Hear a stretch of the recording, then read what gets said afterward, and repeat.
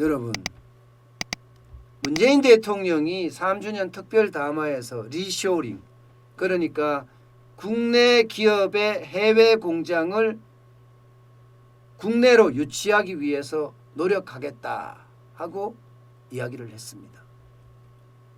그런데 해외에 나가 있는 국내 기업의 공장들 아니면 국내 기업들 다시는 대한민국에 안 들어오겠다 하는 사람들이 대부분입니다. 예. 죽어도 국내 유턴 없다는 거예요. 그것도 적은 수치가 아닙니다. 적은 수치가. 무려 말입니다. 93.6%가 못 들어오겠다. 못 들어오겠다. 강기윤 미래통합당 의원이 산업통상자원부와 코트라에서 조사를 했습니다. 그 조사를 한 것을 받았어요.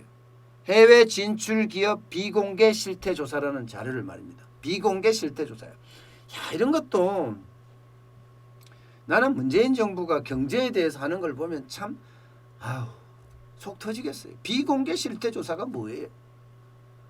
아니 나쁘게 나올 것 같으니까 비공개 실태 조사 했겠죠. 실제로 지난 3월 말 기준으로 제 조사를 했습니다.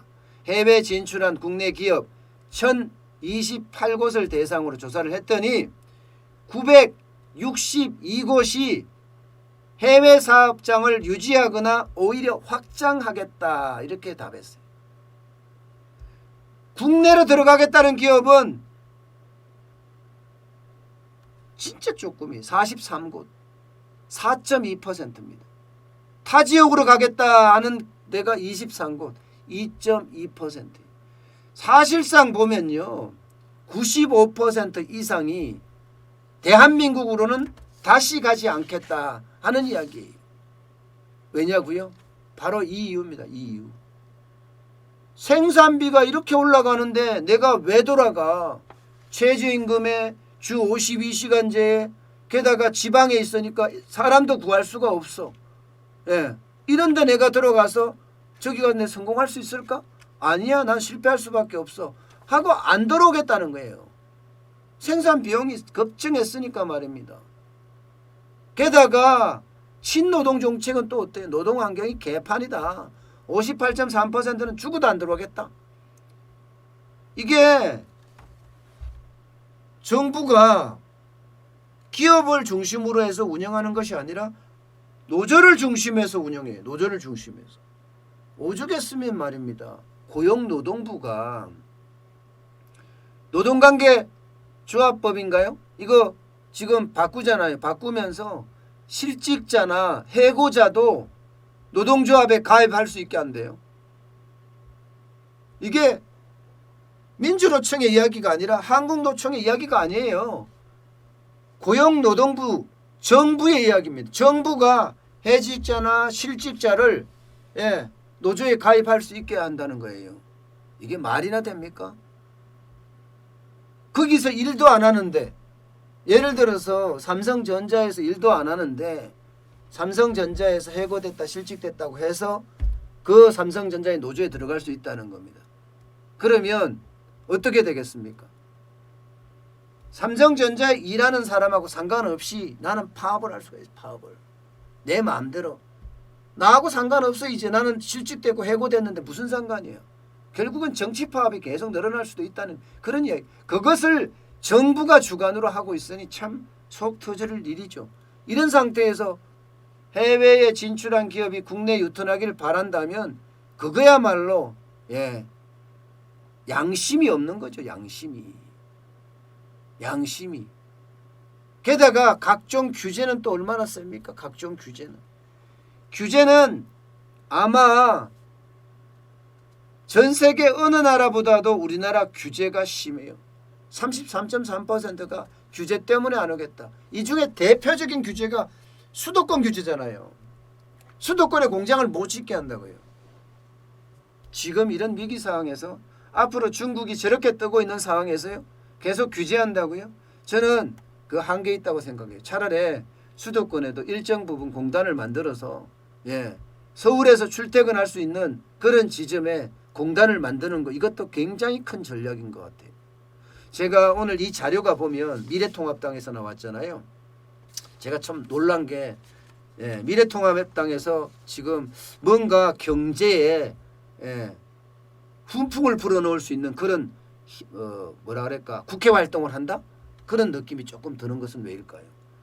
이게 국회의원들이 이렇게 해야 돼요. 대한민국을 부강하게 대한민국을 뭔가 이 위기에서 극복할 수 있게 국회에서 입법 활동을 해야 되지.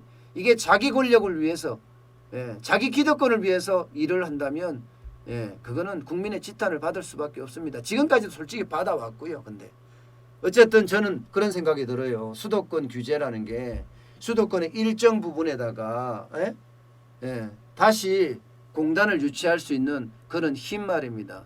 그런 힘을 갖춰주면 제가 봐서는 오히려 여기에다가 뭐 리쇼링도 어느 정도 되지 않을까. 물론 그렇게 하려고 그러면 노동관계법이라든가 주 52시간이나 혹은 최저임금에 대한 문제들이 해결이 돼야 되겠죠. 그렇지 않고는 쉽지 않을 거니까 말입니다. 게다가 25%가 구인난 때문에 안 가겠다 이런 이야기 하거든요. 구인난 때문에 안 가겠다는 이야기가 그 이야기입니다. 저 지방에 공장이 있으면 어느 누가 가서 거기 가서 일하겠습니까? 사람도 없고 친구도 없고 뭐 즐길 거리도 없는데 거기서 일하는 사람 없을 거예요. 지금은요 옛날처럼 배골던 시절이 아니에요. 나름대로는 이제는 배는 고는 정도가 아니라 뭔가 삶의 질을 향상시키려고 하는 시대입니다. 그만큼 시대가 변했다는 거예요. 그만큼 시대가 변했다는 것은요 그 변화에 맞춰서 상황을 만들어 줘야 합니다. 그렇지 않으면 이게 구인난, 인력난을 해결할 수가 없어요. 해결할 수가. 저는 국내에 유턴하지 않는 해외 진출 기업들 충분히 마음을 이해할 수 있을 정도로 지금 뭐 기업에 대한 규제가 워낙 심하니까 말입니다. 언젠가는 그런 생각이 들어요. 기업을 중심으로 해서 기업이 우뚝 서는 나라, 그런 나라가 점점 돼야 될 텐데 이렇게 친노동 정책으로 일관하게 되면요. 기업을 이렇게 자꾸 때려잡게 되면 기업은 무너질 수밖에 없어요. 기업이 생각보다 약해요. 그러면 해외로 오히려 오프쇼링 다 나갈 수밖에 없다니까요. 당장 지금 정부가 추진하는 규제 법안만 하더라도 지금 엄청나거든요. 법무부가 직접 추진하는 것도 있습니다. 상법 개정안 말입니다. 이 상법 개정이라는 게 주주의 대표 소송제, 심지어는요 자회사 모회사 주주가 자회사가 문제가 됐을 때 이것도 대표 소송을 할 수 있는 그런 것까지 지금 법무부가 그것도 추진하고 있어요. 법무부가. 공정거래위원회는요 공정거래법을 완전히 뒤집고 있고요. 이래놓고 무슨 기업이 잘하는 나라를 만들겠다 모르겠어요. 지금 많은 사람들이 우려하고 있고 두려워하고 있지만 문재인 정부는 귀담아 듣지도 않죠. 해외 기업을 국내로 다시 유턴시키기에는 지금 이 상태로는 불가능하지 않나 저는 생각을